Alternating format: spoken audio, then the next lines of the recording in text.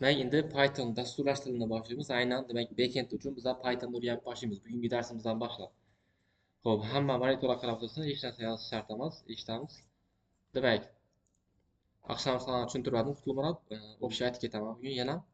Nacho aynan Python'ni tanlashimiz kerak. Python dasturlash tili hozirgi kundagi eng mashhur dasturlash tilidan kiradi. Statistikani qaraydigan bo'lsam, 2020-yilda Python eng yuqori ko'rsatkichni egallagan. Ya'ni buni dasturchilar ishlatib turibdi. Hozirgi kunda ham rivojlanishi birinchi o'rinda. Nomer 1 bo'lgan tillardan biri Python. Chunki hozir Pythonda sun'iy intellekt dasturlari, misol uchun sun'iy intellektdagi neyrosistema dasturlari hammasi demak backendda Python qo'llab turibdi. Chunki Python universal til. Pythonda ko'p demak sun'iy intellekt bilan ishlovchi modullari bor. Tarmoqlar bilan yaxshi ishlab biladi. Shuning uchun ham Python hozirgi kunda eng aktual tillardan biri bo'lib kelyapti. Aytganimizdek, Python keng qamrovli va universal til deb turibmiz. Universal degani aytganimizdek, Pythonda istalgan ko'rinishdagi dasturni qurish mumkin. Misol uchun, Pythonda mobilniy приложение ham yozib bilasan, Android uchun ham, iOS uchun ham yozib bilasan, desktopni ilova ham yaratib bilasan. Ya'ni kompyuter uchun programma ham tuzib bilasan, o'yin ham yaratib bilasan. Veb-sayt, Telegram bot, universaldan chegarasi yo'q. Istalgan dasturni qurish mumkin. Biz aynan qaysi bo'yicha ketamiz dedim, Qutulmurod? Web backend bo'yicha ketamiz. Shu qism bo'yicha Python. Demak, yana ikki xil kod berilgan. Ko'radigan bo'lsang, yana Temur, birinchisi Java'da yozilgan kod, ikkinchisi Pythonda yozilgan kod. Ikkisidan ham javob konsola assalomu alaykum degan tekstni chiqarib beradi-da. Misol uchun Java'da yozish uchun public class main, public state void main string args system out println assalomu alaykum deb yozish kerak. Bunda javob assalomu alaykum deb chiqadi. 6 qator kod bilan chiqib turibdi, 5-6 qator kod bilan. Pythonda esa print assalomu alaykum. Birgina print amali bilan yozib bilamiz ekan. Qaysi biri yodda qolishi oson? Python, to'g'ri? Misol uchun buni birinchi yurgan odam yozib bilmaydi, qarab turib yozish mumkin. Bu narsa bir qarab turib, keyin yoddan ham yozish mumkin bu narsa. Demak, birgina print amali bilan shu ishni amalga oshirsak bo'ladi ekan. Aytganimizdek, hozirgi kunda demak Python web va internet sohasida, kompyuter o'yinlarini yaratishda, ma'lumotlar bazasi bilan ishlash, databaseda, computer vision, foydalanuvchilar uchun grafik interfeys, hozirgi kundagi IoT texnologiyasi, Internet of Things texnologiyalarida keng qo'llanib turibdi. Aytganimdek, ko'chadagi kameralar, shtraflarni aniqlab beradigan kameralar, svetofordagi, to'g'rimi? Misol uchun, yana qidiruvda bo'lgan shaxslarni aniqlab beradigan narlar bor, shaharda qo'yilgan kameralar. Shuni hammasini backend qismida Python ishlatib turibdi. Ko'pchilikda Pythonda demak oson bo'lganligi uchun, Python ko'p shu modullar bilan kelishishi oson bo'lganligi uchun Pythonda tuzilgan shu sun'iy intellekt dasturlari, kameralar. Demak, aytganimizdek, Pythonda application loyihaning turlari, misol uchun web sohasida software development, database access, game development, uchta grafika, network programming, education, desktop application sohalarida ham keng qo'llanib kelyapti. Keyin birinchi kodimiz print hello world. Demak, biz shu narsani konsolga chiqarib ko'rishimiz kerak bo'ladi. Kod yozib turib, javob nima chiqadi? Hello world degan matn chiqadi. Endi Pythonda kod yozishim uchun menga ikki narsa kerak. Ya'ni ishchi muhitni sozlab olishim kerak men boshda. Misol uchun HTML CSSda kod yozib beradik, uni noda VS kodda ishlab beradik, to'g'rimi? Endi Pythonda ishlashimiz uchun bizga ikki narsa kerak. Birinchi, Pythonni o'zi kerak, ya'ni dasturlash tilini o'zini kompyuterimizga o'rnatib olishimiz kerak. Bu interpretator bilan birga keladi. Ikkinchi narsa, kod yozish uchun redaktor dastur kerak. Bu misol uchun VS Code bo'lishi mumkin, Sublime Text bo'lishi mumkin, Web Storm bo'lishi mumkin. Ko'p unday turlari. Biz aynan PyCharm degan turni ishlatamiz. Aynan PyCharm Python bilan moslashtirilgan variant. Bu ham shu JetBrains-ni kompaniyasi ishlab chiqqan shu narsa. Nima ikkisini ham ko'rsatib beraman. Birinchi giramiz. Python download deb yozaman. Vazbeda internet ishlamay turadi.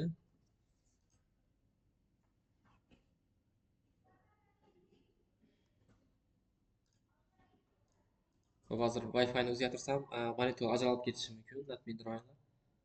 Chunki nega ulanganadim? Kimning ishi tushdi?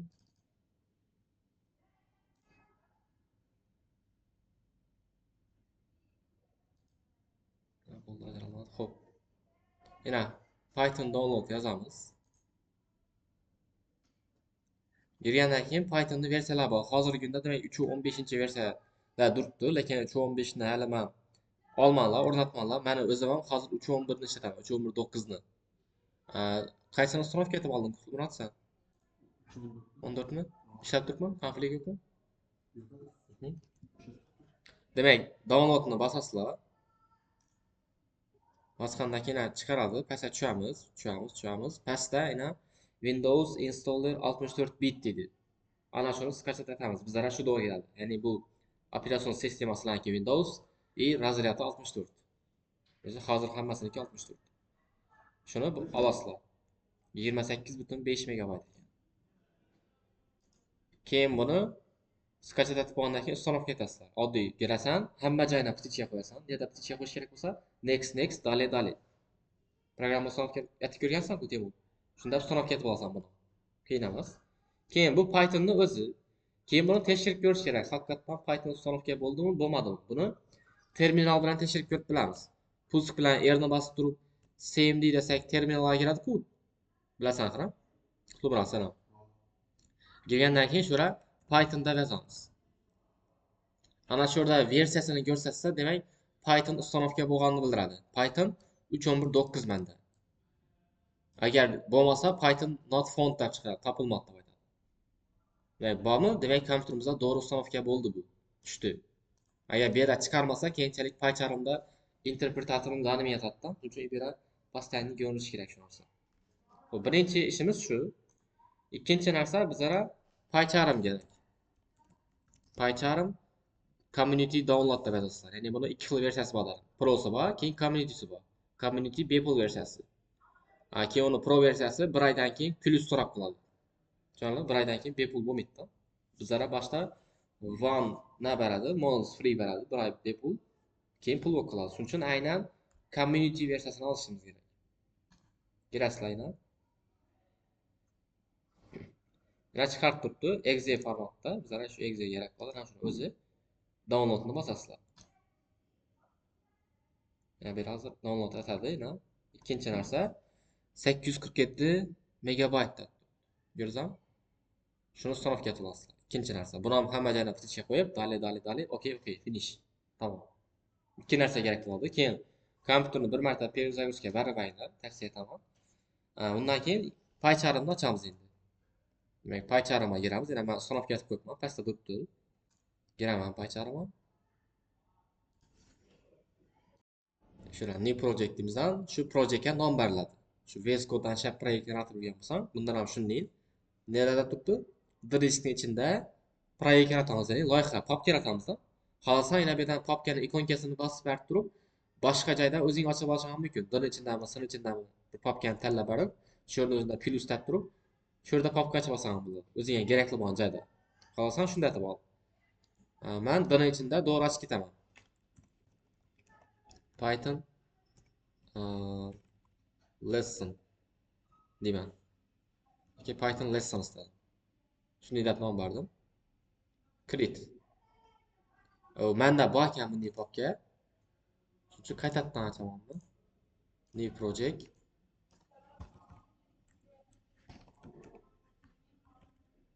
Python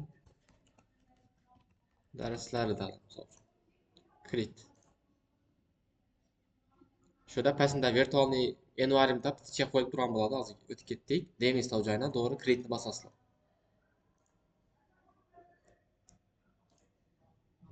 Venxda o'zi virtual muhit yaratib beradi. Bu muhitlarni sizlarga keyin tushuntiraman nima ekanligini. Bu demizlar. Buni o'qib turibdi.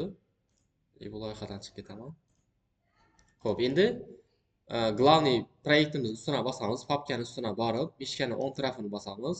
New atamizdan shurda Python fayl ochib olamiz. Keyin Python faylga nom beramiz, tushunarlimi? Misol uchun men main deb berdim. Main. Deb o'ylab nom beraman, farqi yo'q. Birinchi darsda xohlasam one lesson deb nom ber. Main deb nom berdim. Endi shuning ichida kod yozamiz ekan. Print, o'zi pr desam chiqarib turibdi. Enter bosaman. İçinde matn yazacakman. Matnni qo'sh tirnoqning ichida yozaman. Matn bo'lgani uchun. Hello world. Endi pastda yana bir Python 3.11 turadi. Sizlarda 3.14 turishi kerak shunda. Agar şurada no interpretator deb tursa, sen kodingni yana bu yerdan run bergan vaqtda run bo'lmaydi. Tushundingmi? Şurada Pythonni donib turish kerak o'ng tarafda pastda. Run beraman, console aynan hello world degan matnni chiqarib beradi. Tushundingmi? Demak, bu tushunarli bo'ldi axir. Sho'rcha tushunmagan joylaringiz bormi? Tushundingiz axir. Keyingisini o'tamiz esa. Demak, print syntax hamda arifmetik amallarni ko'rib chiqamiz. Demak, print cho'pachish amali, syntax amallarni, arifmetik amallarni ko'rib chiqamiz. Qaranglar. Bunda yozib turibman. O'tamiz paycharini. Print assalomu alaykum deb yozdim. Ko'rinib turibdi axir. Shu yerda men run beradigan bo'lsam, konsola assalomu alaykum chiqardi. Xo'p. Endi shuni yana bir varianti bor ekan. Print xayrli tong desam, bundan nima chiqadi? Print xayrli tongdan. Nima beradi bunda? Xato beradi. Birinchisi to'g'ri, xo'p, ikkinchi xatorim o'zi qizarib turibmi? Xato. Chunki men printda matn yozib turibman, lekin matnni nolsiz berdim, qo'shtirnoqsiz berdim. Matnni qo'shtirnoqsiz berish mumkin emas yoki apostrofsiz berish mumkin emas. Yana run beradigan bo'lsam aytib turibdi. Line 2. İkinci xatoda xato bor. Nima? Print xayrli tongda. Syntaxis error bor turibdi. Invalid syntaxis. Demak, syntaxis error beradigan bo'lsa, u yozilishida xato bo'ladi. Tushundingmi? Syntax xatolik o'zbekchasida. Buni to'g'rilash uchun buni ham nima? Qo'sh tirnoqda berish kerak. Desam chiqib turibdi. Keyin yoki qo'sh tirnoqda yozishim mumkin, yoki apostrofda ham yozishim mumkin bu narsani. Qaranglar. Print xayrli tong nomini to'g'rilab beraman. Apostrofni prezentatsiyada shuni tushgan. Shunda yozdim. Bundan ham ikkisidan ham xayrli tong degan chiqadi. Yana chiqib turibdi. Aslida nacho ikki narsa o'ylab topilgan. Ham qo'sh tirnoq chiqib turibdi, ham apostrofdan chiqib turibdi. Nacho ikkisi kerak bizga. Yani farkı ne oldu onun?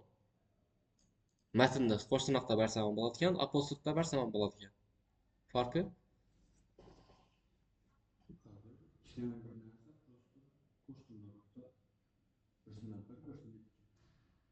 İkisi ham o'ylab topilgan ekanda, shuni birisini qo'yib ketsam bo'lmasmi? Programma yaratgan vaqt. Shu Pythonda ishlab chiqqan vaqt. Sabab birasa bog'da bo'lasizmi?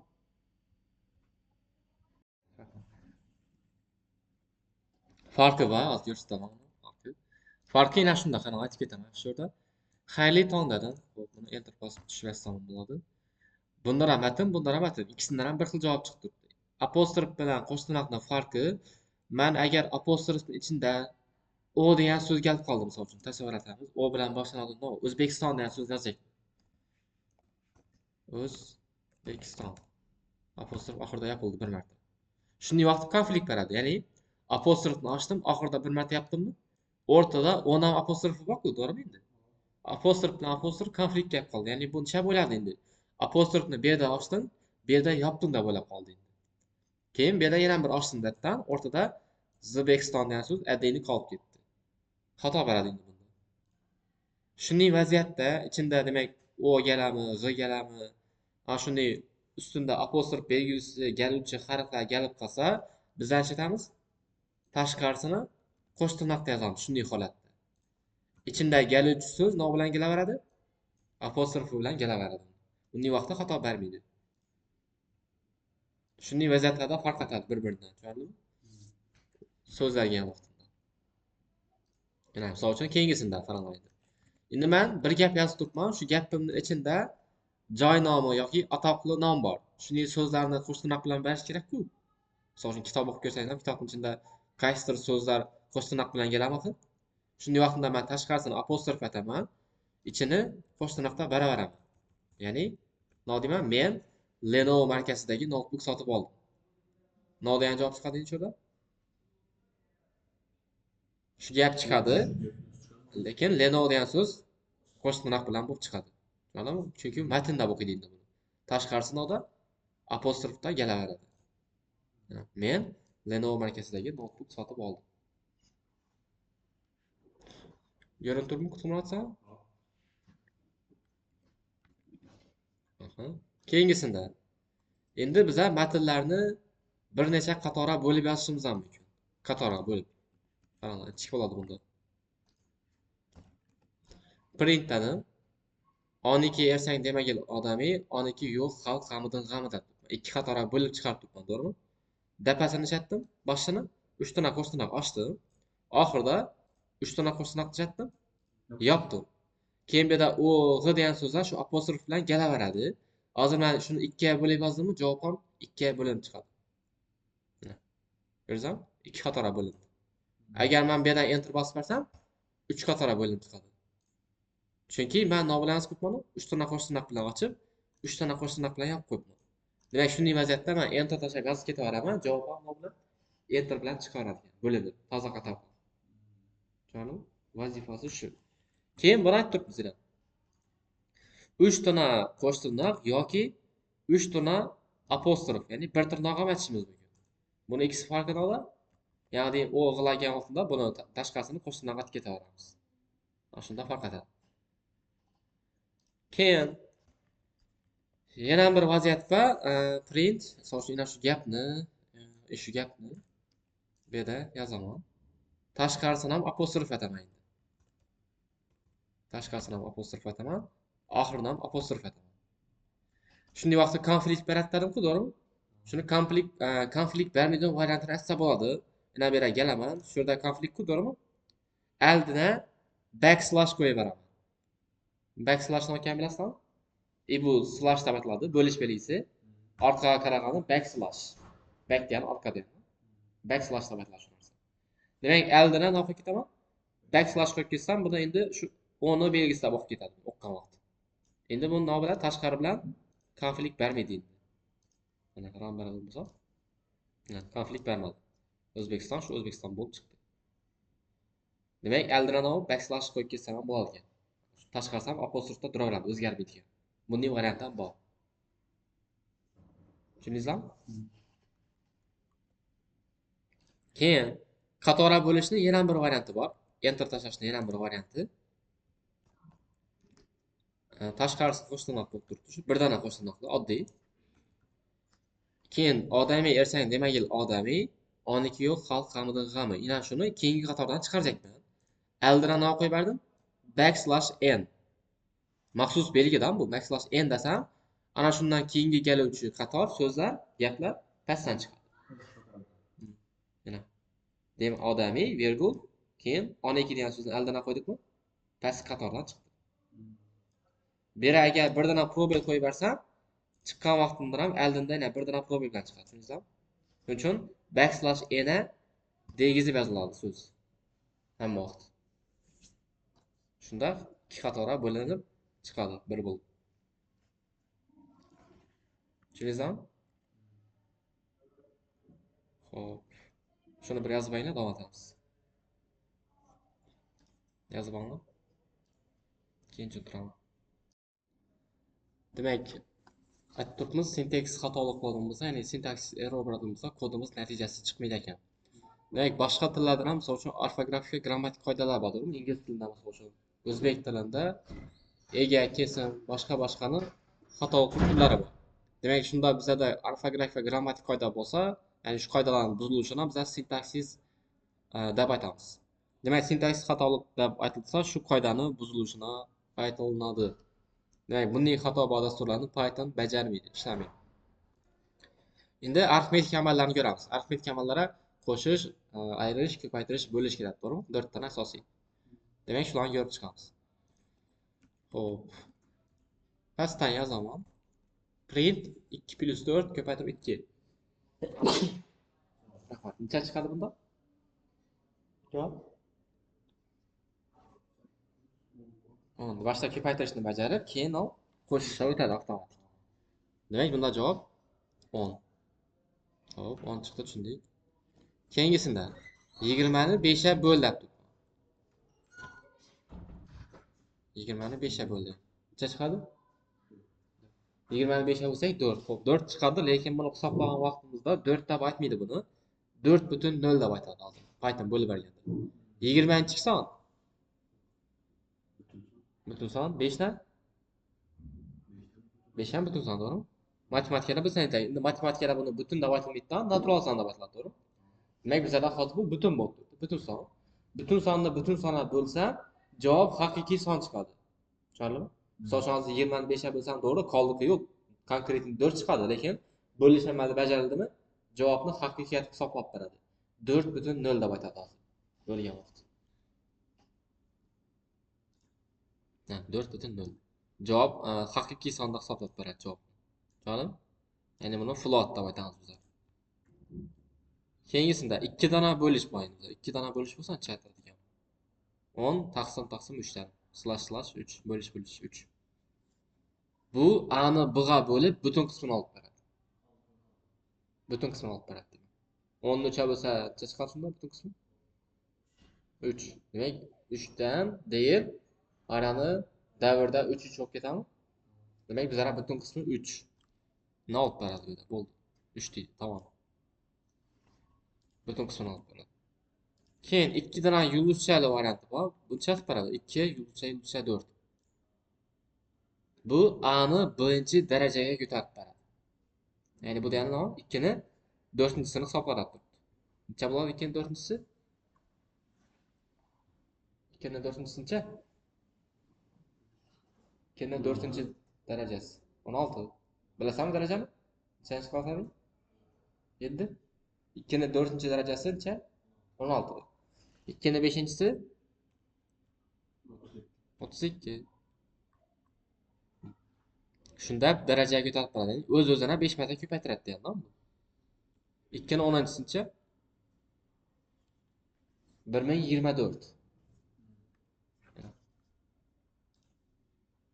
2 ni 20-sincha 1,48,576. 2 ni darajalarini yozib qo'yinglar. 2 ni darajalari ko'p kerak bo'ladi bizlarga. Men o'zim shu olimpiada bo'lgan vaqtlarimda, misol masala yechgan vaqtimda, sanoq sistemalar bilan ishlagan vaqtda 2 ni 20-darajasini yozib qo'yibman hozir. 2 ni 20-sinacha yoddan bilaman. Ya'ni 0 1 bilan ishlaydi-ku kompyuter. True false. Aynan shu ikkilik sanoq sistemasida ishlaydigan kompyuter orqa tarafda. 20-sinacha yoddan bilib qo'yinglar, o'zingiz uchun ham yaxshi bir narsa. 2 ni 6-si 64 ketaveradi shunday. Tushunarlimi? Arifmetik ham bo'ladi. Demak, qo'shish plyus ekan, ayirish bo'lsa minus, ko'paytirish bo'lsa yulduzcha yozamiz ekan, bo'lish bo'lsa bo'lish belgisi, bo'lish va butun qismini olish bo'lsa nima? 2 dan slash. 5 taqsim 6 deb turibdi, dang 0. Ya'ni buni butun qismi necha ekan? 0. Haqiqatdan shunday-ku, 0 butun javob ketadi. Butun qismi 0. Bu yerda 5 ni 6 ga bo'lsa 0,833 ketib turibdi davrda. Demak, buni chat part turibdi, 1 dan bo'lish bo'lsa polniy 5 ham butun son, 6 ham butun sondan javob haqiqiy sonda chiqib turibdi. 2 dona yulduzcha bo'lsa eksponenta, ya'ni daraja bilan ildizni yaratishimiz kerak ekan. 5 ni 6-si 15625 deb turibdi. Keyin foiz belgisi bor ekan. Foiz belgisi chat part ekan. A ni b ga bo'lganda qoldiqini olib beradi. A ni b ga bo'lgandagi qoldiq qismi. Buni prezentatsiyasini tashlab beraman. O'zlaringizga. Print shuda qoldiqli bo'lishini ko'rib beramiz. Aytaman misol uchun 10 ni foiz belgisini qo'yamandan 3 deyman. Bu degani 10 ni 3 ga bo'lgandagi qoldiq qismini topib ber deb. Aytdi. Necha bo'ladi qoldiq qismi 10 ni 3 ga bo'lsa? 1. Ya'ni butunli bo'lish emas, qoldiqli bo'lish. Tushunarlimi? 10 ni 3 ga bo'lganda qoldiqli 1 ekan. 1. Keyin yana bu daraja orqali bizlar ildiz yaratsak bo'ladi ekan. Ildizni bilasanmi? Ildiz osti. Sen bilmaysanmi? Ildiz ostini aytdim, sheyman lekin buncha tushunmayapman. Ildiz ostiga 25 ta chiqadi shunda. 5. Ildiz o'tkazsan ha maktabda. O'zing bilasanmi? 64 bo'lsa, necha chiqadi kvadrat ildizdan? 64 ta. 8 64 emasmi? 8 chiqadimi shunda? 81 dan 9 chiqadi. 100 dan 10 chiqadi. Tushunarlimi? Oddiy matematika. Bizlar chuqurlashish matematikaga kirib ketishimiz yo'q, lekin asosiy narsalarni bilib qo'ymoqda. Tushunarlimi? Matematik narsalar. Oliy matematikalarga o'tib ketishimiz yo'q, lekin bilish kerak. Xo'p, endi shu narsani o'zi ildizni hisoblab beradigan Pythonda tayyor funksiya bor, metod. Lekin hali masalalarni o'tmayman, keyin o'tamiz bu narsani. Biza shu narsani darajani pasaytirish orqali ildizasak bo'ladi sonni. Nishatmasak bo'ladi, Timur. Darajani pasaytirish orqali ildiz olish kerak. Ana shu 2 dan yulduzchani qo'llaymiz hozir. Mana print ana shu 25 dan ildiz olishim kerak.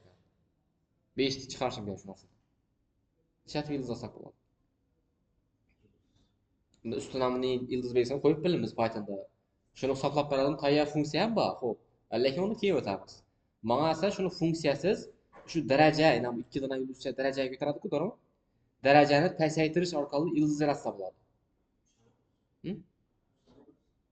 Yo'q. Misol uchun 5 deymiz, ustidan 2 yozamiz. 5 ning kvadrati-ku, to'g'rimi? 5 ning kvadratini bildiradi. Shu darajani pasaytirish orqali ildiz olsam bo'ladi. Ya'ni uni odiyani, misol uchun 25 ni yozib turib, ustidan 1/2 deyman. Bilasam? 1/2 degani shuni kvadrat ildiz ol deydi. Hozir men 25 dan kvadrat ildiz olishim uchun 25 ni 2 ga ko'tar desam, bu 25 ni 25 ga ko'paytiradi-ku kvadratga, to'g'rimi? Kvadratni oshirish emas, men bundan kvadrat ildiz olacakman. Demak, bunday vaziyatda buni 1/2 darajaga ko'tarib ber deyman. 1/2 desam, ustidan ildiz olib beradi shu narsani. 5 chiqarib beradi.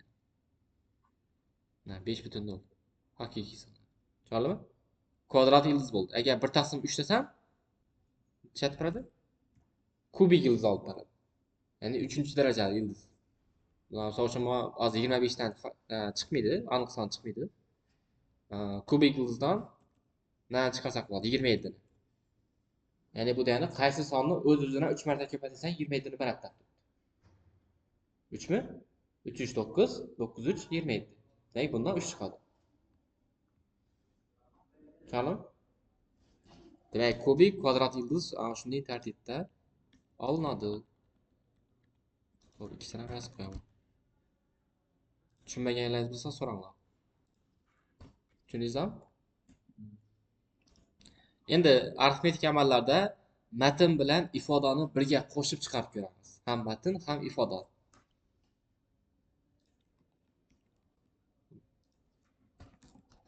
Print 9 ni kvadrati deymiz ham, 9 yulduzcha 2 ga teng. Nima degan javob chiqadi shundan?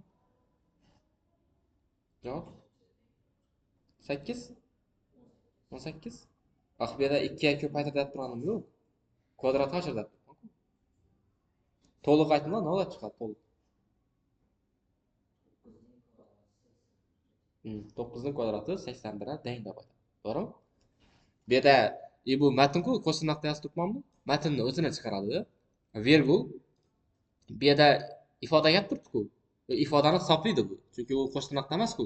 Hisoblab turib javobini chiqaradi va ga teng degan so'zni izidan qo'shib qo'yadi. 9 ning kvadrati 81 ga teng. Tushundingmi? Ana shunday matn bilan ifodani birga qo'shib chiqarib bersak bo'ladi ekan. Virgul bilan ajratib olib ketaveramiz ekan. Keyingisida bundan nima chiqadi? Aytmoqchi. 3 ko'paytirilgan 3 9, to'g'rimi? 3x 3 teng 9 deb chiqadi. Ya'ni bu matn-ku, apostrof yozib turibman. Buni matn deb chiqaradi, virgul keyingi narsani hisoblab chiqarib beradi. Ko'paytirib.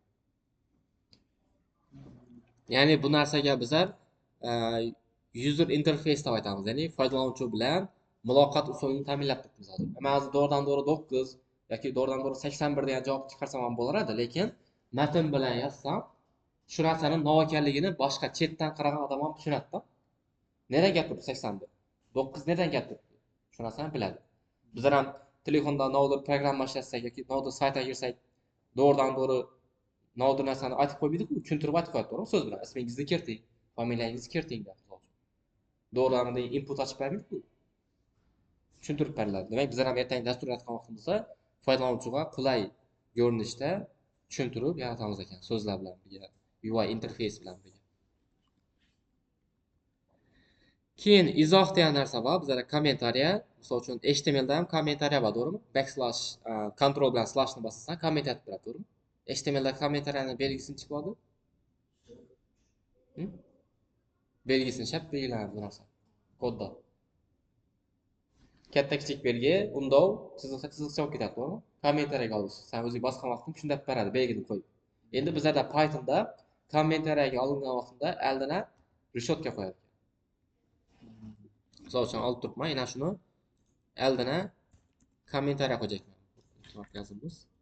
Ya'ni bu qismini tafsir berib qo'ydim kodda. Bu kod 3 sonini kvadratini hisoblaydi deb aytib qo'ydim.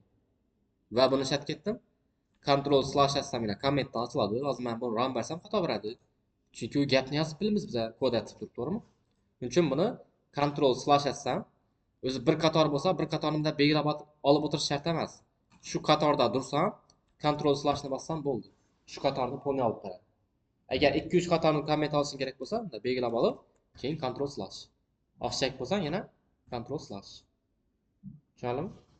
Shunda ketib bilamiz. Demak, bu kommentariya bizlar ishlatamiz ekan, kodimizni ma'lum bir joylarni izoh qoldirib ketamiz. Shu joyda men shu ishni aytdim. Bu joyda bu ishni aytdim deb. Ertang kodimizni o'zlarimizning yodimizdan chiqmasligi uchun ham kerak bu narsa.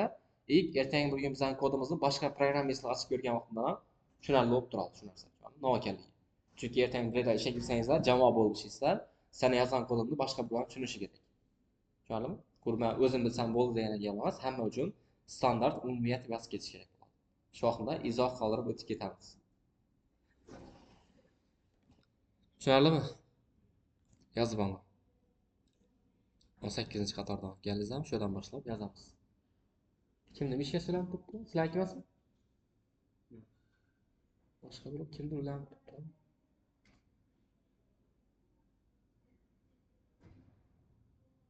Bo'ldi, yozing. Endi demak o'zgaruvchilar bilan o'rganamiz.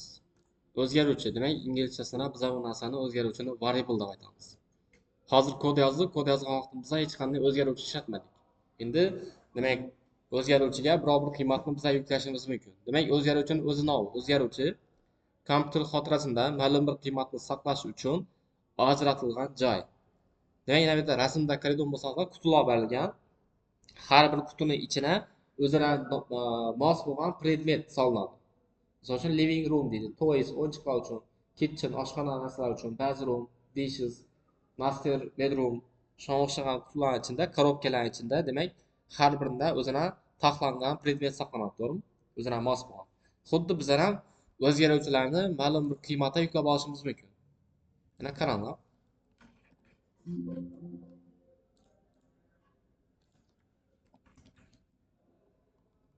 Tamam. Tushundingizlar, komment etib turaman hammasini. Ctrl+A, Ctrl/slash. Kommentariyaga oldim. Tashiyman.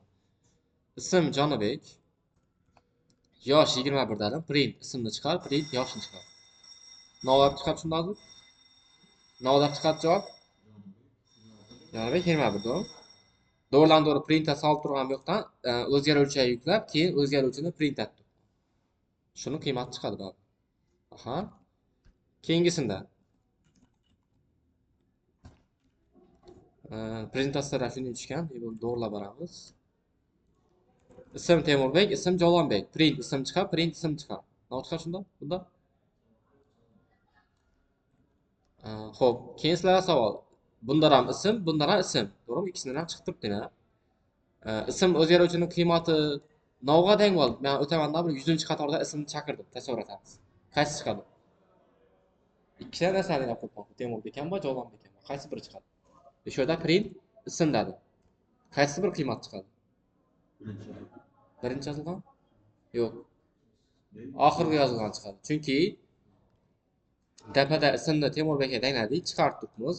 Print Jalolbekka tangladik, ismni print chiqarib turibmiz. Ya'ni boshda Temurbekka edi, keyin ismni o'zgartirib Jalolbekka dedi. Ya'ni Temurbekni o'chirib ustuna yozib beradi.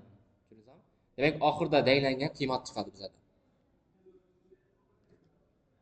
Bu yerda print etdimmi, mana Jalolbekda chiqadi. Oxirda navga tanglangan bo'lsa, shu qiymat chiqadi. Xo'p, keyin o'zgaruvchiga nom bergan vaqtda chek qonun qoidalari amallashingiz kerak. O'zgaruvchiga nom bergan vaqtida o'zgaruvchi nomi pastki chiziqcha bilan boshlanishi kerak. Ya'ni harf yoki pastki chiziqcha. Birinchi belgisi raqam bilan boshlanishi mumkin emas. Tushunarlimi? Ya'ni men kelganimdan bir ism deb o'zgaruvchi ochib bilmayman. Chunki birinchisi raqam-ku. Birinchi belgisi raqam bo'lishi mumkin emas. Ikkinchi, uchinchisi bo'lishi mumkin. Ana shunda bir kelishi mumkin, lekin boshida kelishi mumkin emas. Yoki nom bilan tek chiziqcha bilan kelishi mumkin. Shunday yozish mumkin. Raqam bilan kelishi mumkin emas. Keyin o'zgaruvchi nomida faqatgina lotin alifbosi harflari qatnashishi kerak. A'dan Z'gacha. Ya'ni nima? Angliskiy harflar. Ya'ni ben Ruscha açıp bilmem. Ben geldiğimden şurada Ruskiye o'tiramandan Ruskiyda misol uchun Ruskiya o'tdim. Ruskiyda ismda bas bilmadim. Misol uchun ism deb ochib bilmayman. Tushundingmi? Chunki bu kirilcha-ku. Unda yozib bo'lmaydi. Uchun faqatgina ingliz tilidagi A'dan Z'gacha angliskiy bukvalar bo'lishi kerak, harflar. Keyin o'zgaruvchi nomida 0 dan 9 gacha raqam va pastki chiziqcha qatnashishi mumkin ichida, orasida kelishi mumkin. Keyin o'zgaruvchi nomida bo'shliq, probel bo'lishi mumkin emas. Tushundingmi? Ya'ni u degani men bu yerga kelganimdan ism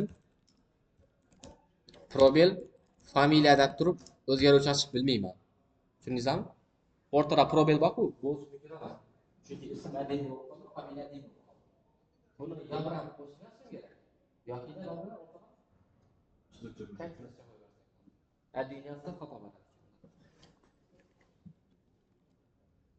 Keyin o'zgaruvchi nomida katta kichik harflar turlicha talqin qilinadi. Bu nima degani? Nima degani gap? Katta kichik harflar turlicha talqin qilinadi.